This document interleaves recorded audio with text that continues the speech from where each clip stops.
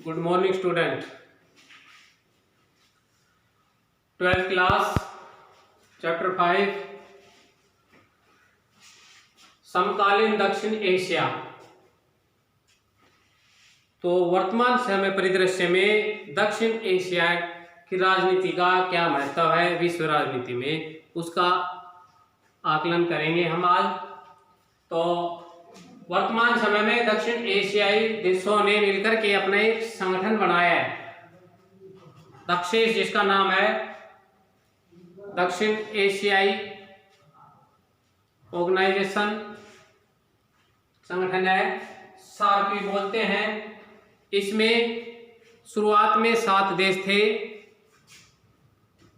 भारत, पाकिस्तान, बांग्लादेश, श्रीलंका, मालदीव, नेपाल, भूटान, ये 7 सदस्य देश थे। इसकी स्थापना 1985 में हुई थी ढाका में। वर्तमान में इसके सदस्यों की संख्या है 8। अफगानिस्तान को भी इसका सार्क का सदस्य देश मान लिया गया, यानी कि अफगानिस्तान ने भी इसकी सदस्यता ले ली है। इसका मुख्यालय ढाका में है और हर साल इसकी बैठक होती है। इसका उद्देश्य क्या है? इसका उद्देश्य ये है कि दक्षिण एशियाई देशों का विकास में सहयोग करना, आपस में एक दूसरे जो सार्क के सदस्य देश हैं उनके विकास में सहयोग करना, उनके मार्ग में आने वाली बाधाओं रुकावटों को दूर करना। दूसरा उद्देश्य है दक्षिण के राज्य अपनी समस्याओं का निपटारा शांतिपूर्ण ढंग से मिल बैठ करके उन समस्याओं का निपटारा करें। कहीं भी अगर तनाव की स्थिति है, किसी बात को लेकर के विवाद है, उसका शांतिपूर्ण ढंग से हल निकालना ही सार्क का उद्देश्य है। तीसरा है क्षेत्र में अधिक से अधिक सामाजिक सांस्कृतिक विकास करना, यानी कि दक्षिण एशियाई देशों की जो सांस्कृतिक है, सामाजिक है, उसका अधिक से अधिक विकास करना, उसको बढ़ावा देना और उस विकास में सभी सदस्य देशों की भागीदारी होना, ये उद्देश्य है।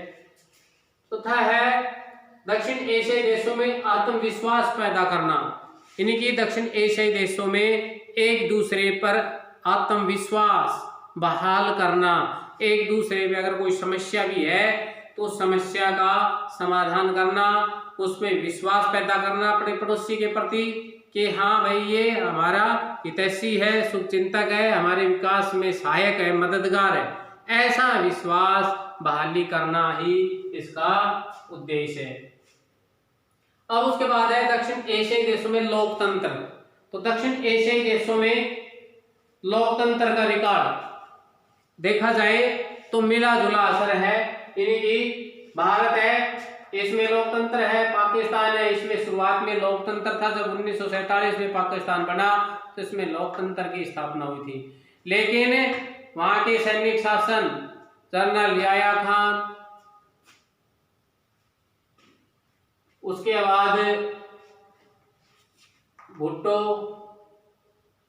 जनरल परवेज मुशर्रफ जैसे सैनिकों जनरलों ने वहां की चुनी हुई सरकार को तख्ता पलट करके वहां पर तानाशाही शासन स्थापित हुआ। अब 2008 के बाद में पुनः पाकिस्तान में फिर लोकतंत्र सरकार की स्थापना हुई है। तो यानी कि पाकिस्तान को छोड़ करके सभी देशों में दक्षिण एशियाई जो संगठन जो सदस्य देश हैं उनमें लोकतांत्रिक शासन व्यवस्था है, पाकिस्तान को छोड़ करके। नेपाल में पहले राजतंत्र था, 2006 के बाद से वहां पर लोकतंत्र की स्थापना हुई। अफगानिस्तान में तानाशाही थे, अलकायदा या तालिबानियों का शासन था, उसके तालिबानी शासन सत्ता से बेदखल होने के बाद में वहां पर लोकतांत्रिक शासन व्यवस्था सुचारू रूप से चल रही है। श्रीलंका में लोकतंत्र शासन व्यवस्था है, भूटान में लोकतांत्रिक शासन व्यवस्था हो गई, बांग्लादेश में लोकतांत्रिक शासन व्यवस्था स्थापित हो गई। यद्यपि बांग्लादेश में तानाशाही सरकार भी रही है, जियाउल हक आदि के नेतृत्व में यहाँ पर तानाशाही सरकार रही है। तो इतना यानी कि कुल मिला के ये है कि सार्क के सदस्य जो देश हैं ज्यादातर में लोकतंत्र शासन व्यवस्था है, कुछ एक दो देश को छोड़ करके वहां पर सभी में शुरू से अब तक लोकतांत्रिक शासन व्यवस्था सुचारू रूप से चल रही है। और सबसे बढ़िया एग्जाम्पल भारत का है। भारत जब आज़ाद हुआ था 1947 से, तब से लेकर के लोकतंत्र शासन व्यवस्था निर्बाध तरीके से, बढ़िया तरीके से, सुचारू रूप से आज तक कायम है और मजबूत हुई है लोकतंत्र। दिन प्रतिदिन भारतीय लोकतंत्र शासन व्यवस्था है वो मजबूत होती जा रही है और ये दुनिया में एक बड़ी मिसाल है। दुनिया का सबसे बड़ा लोकतंत्र है भारत। लोकतंत्र शासन व्यवस्था क्या होती है ये पीछे अपने पाठ में पढ़ा दिया गया था, लेकिन फिर एक बार बता देता हूँ। ऐसी शासन व्यवस्था जिसमें जनता अपनी सरकार स्वयं चुनती है या जनता अपने शासक का चुनाव करती है, लोकतांत्रिक शासन व्यवस्था होती है। इसमें प्रत्यक्ष भी हो सकता है चुनाव, अप्रत्यक्ष भी हो सकता है। तो भारत जैसा विशाल देश, विशाल आबादी वाले देश में प्रत्यक्ष चुनाव करवाना असंभव है, इसलिए यहाँ पर अप्रत्यक्ष शासन व्यवस्था, अप्रत्यक्ष चुनाव पद्धति को अपनाया गया है कि कुछ चुने हुए प्रतिनिधि, जनता प्रतिनिधियों चुनती है और वो प्रतिनिधि अपना एक शासक या मुखिया चुनते हैं।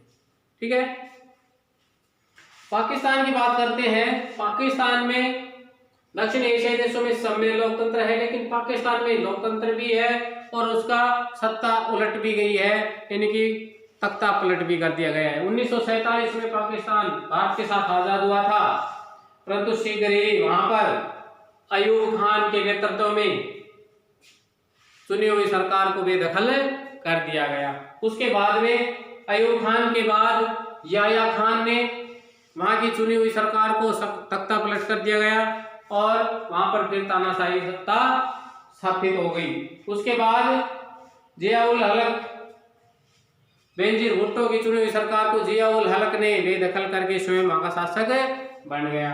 और उसके बाद में नवाज शरीफ प्रधानमंत्री था, उसने पाकिस्तान में चुनी हुई सरकार को तख्ता पलट कर दिया, यानी कि परवेज मुशर्रफ जनरल ने नवाज शरीफ की चुनी हुई सरकार का तख्ता पलट दिया और स्वयं वहां का शासक हो गया और 8 साल तक वह शासक रहा। उसने सभी लोकतंत्र के तौर तरीके सबको ध्वस्त कर दिया गया।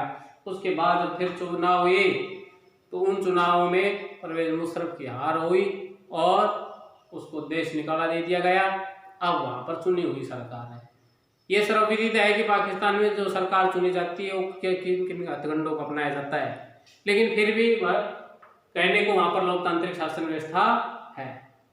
तो वर्तमान समय में दक्षिण एशियाई देशों का ये एक संगठन है, आपसी हितों के लिए, आपसी सामंजस्य के लिए, एक दूसरे के सहयोग के लिए बनाया गया है, एक दूसरे की सहायता करने के लिए बनाया गया है, सांस्कृतिक और सामाजिक विकास करने के लिए बनाया गया है और सदस्य देशों की मदद करने के लिए ये संगठन बनाया गया है। तो डियर स्टूडेंट, ये चैप्टर रीड करना है। इसमें बड़ा ये आसान चैप्टर है, कोई लंबा चौड़ा वो नहीं है। इसको प्लीज रीड करना और कोई डाउट हो, क्यूरी हो तो मुझसे पूछ लेना। ठीक है।